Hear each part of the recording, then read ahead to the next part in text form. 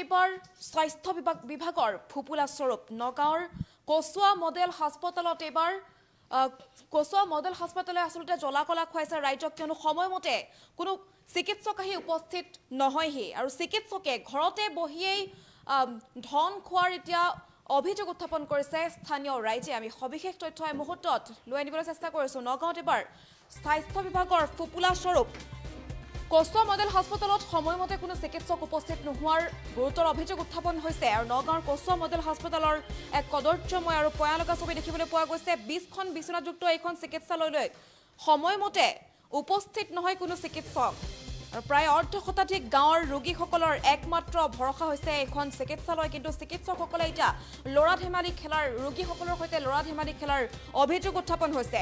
হাস্পতালত শ্ৰম নিদি ঘৰতে বহি দৰমহা খোৱাৰ গুৰুতৰ অভিযোগ উত্থাপন হৈছে চিকিৎসকৰ বিৰুদ্ধে। আৰু অধীক্ষকৰ দায়িত্বত থকা ডক্টৰ PK বৰা নিজেই উপস্থিত হৈছেগৈ 12 বজাত আৰু ৰোগীক বিনামূলীয়া সেৱাৰ বিপৰীতে চিকিৎসালয় কেম্পাছতে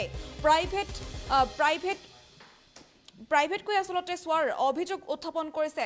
চিকিৎসকৰ বিৰুদ্ধে এইসমূহ গুৰুতৰ অভিযোগ উত্থাপন হৈছে আৰু চিকিৎসকৰ আৰু আমাৰ সংবাদকৰ্মীৰ সৈতে চিকিৎসকৰ হৈছিল কিছু কথা আমি সেয়া শুনাব লৈছো এই মুহূৰ্তত।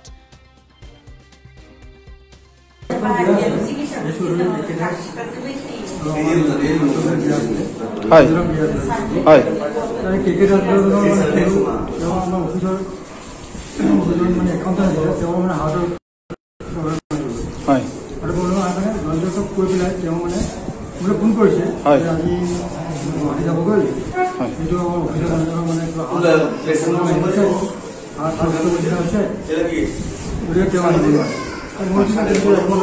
বাকী ডক্টৰ ৰিলিজ কৰি দিয়ে তেনেকৈ আমাৰ নতুন ডক্টৰজন আছে ডক্টৰজন আহিছে ৰিলিজ কৰি তাৰপিছতে মই নতুন ডক্টৰ পামাচোন তেওঁ কি কৰিছে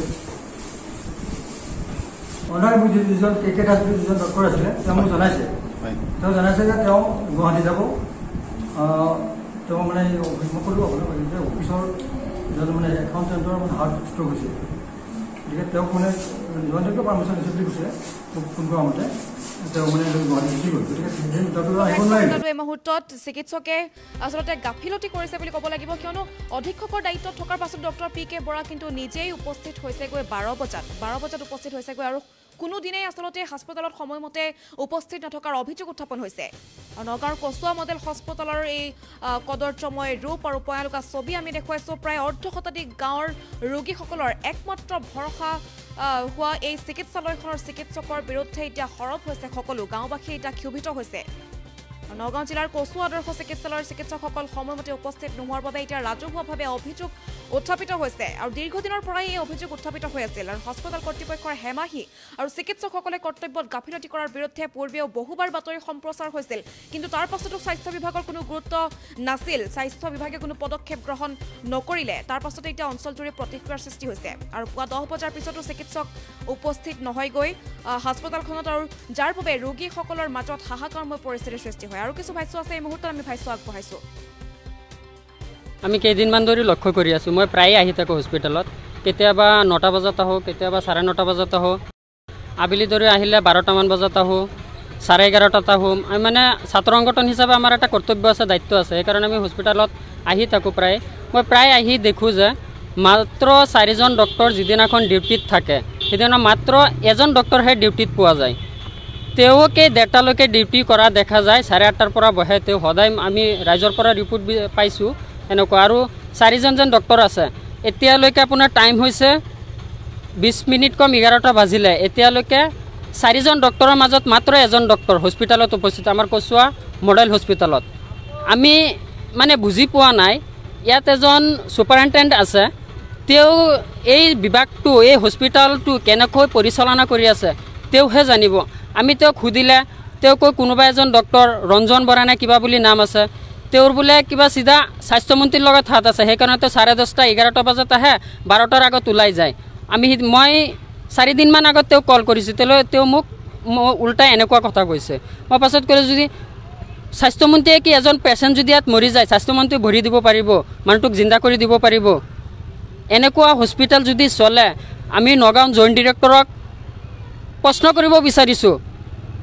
সদৌ সংখ্যালঘু ছাত্ৰ ইউনিয়ন আমচুৰ ফালৰ পৰা আমচু নগাঁও জিলা আমচুৰ অন্তৰ্গত কচুৱা আঞ্চলিক আমচুৰ ফালৰ পৰা আমি প্ৰশ্ন কৰিব বিচাৰিছোঁ আপুনি যদি বিভাগটো কচুৱা মডেল হস্পিটেলটো এনেকৈ চলায় তেতিয়াহ'লে আমাৰ ৰাইজৰ দুৰ্দশা এনেকুৱা হ'ব আপোনালোকে দৰমহা কিয় লৈ আছে যিসকলে ইয়াত ডিউটি কৰিব নোৱাৰে তেওঁক ইয়াৰ পৰা ওলাই দিয়ক আমি কচুৱাবাসী হিচাপে আমি অত্যন্ত দুখিত হিচাপে ৰাজহুৱাভাৱে আমি আপোনালোকৰ ইলেক্ট্ৰিক মিডিয়াৰ জৰিয়তে আমি জনাব বিচাৰিছোঁ আমি প্ৰায় আজি 4-5 বছৰ ধৰি আমি চাই আছোঁ কচুৱা মডেল হস্পিটেলখন যে আজি 130টা চিটৰ বেচনাযুক্ত মডেল হস্পিটেলখন বনাই আজিলৈকে আমাৰ পৰিকল্পনা হিচাপে ইয়াত মানে ধৰক কোনো এজন ডক্টৰে ভালকৈ ডিউটি নকৰে প্লাছ আমাৰ এই অফিচ বাউণ্ডাৰীৰ ভিতৰতে প্ৰাইভেট চিকিৎসাৰ কাৰণে সিহঁতে ৰোগীবিলাক ভালকৈ নাচায় যদি 100 টকা 50 টকা দিয়ে তেতিয়াহে বিজেট লৈ পেলাই সিহঁতে বাহিৰা মানে পেচেণ্ট এই আমাৰ বাউণ্ডাৰীৰ ভিতৰতে চায় গতিকে আমি ইয়াত আমাৰ এই আপোনালোকৰ ইলেক্ট্ৰিক মিডিয়াৰ জৰিয়তে আমি কচুৱা ৰাইজ হিচাপে আমি স্বাস্থ্য বিভাগক অৱগত কৰিব বিচাৰোঁ যাতে আমাৰ এই যোনটো বিশৃংখলা চলি আছে কচুৱা মডেল হস্পিটেলৰ ভিতৰত সেই বস্তুটো যাতে সিহঁতে ভালকৈ চাই অলপ চকু দি পেলাই আমাৰ ইয়াত যাতে অলপ মানে সুব্যৱস্থা ৰাইজৰ কৰি দিয়ে আমি জানা মতনে ধৰক ইয়াত এটা কাৰেণ্টৰ ব্যৱস্থা আছে যিহেতু গভৰ্ণমেণ্টৰ তৰফৰ পৰা এখন ডিজে দিয়া হৈছে এই কচুৱা মডেল হস্পিটেলত কাৰেণ্টৰ ব্যৱস্থাৰ কাৰণে লাইন যোৱাৰ পিছত যাতে এখন তেলৰ যোগেদি চলাব পাৰে সেই বস্তুটো আমি দেখা পাইছোঁ আজিৰ প্ৰায় 4-5 বছৰ হ'ল লগোৱা কিন্তু আজিলৈকে আমি 1 ঘণ্টা ভালকৈ যিকোনো খবৰৰ বাবে যোগাযোগ কৰক আমাৰ এই নম্বৰত 7099017330 আৰু 7099017110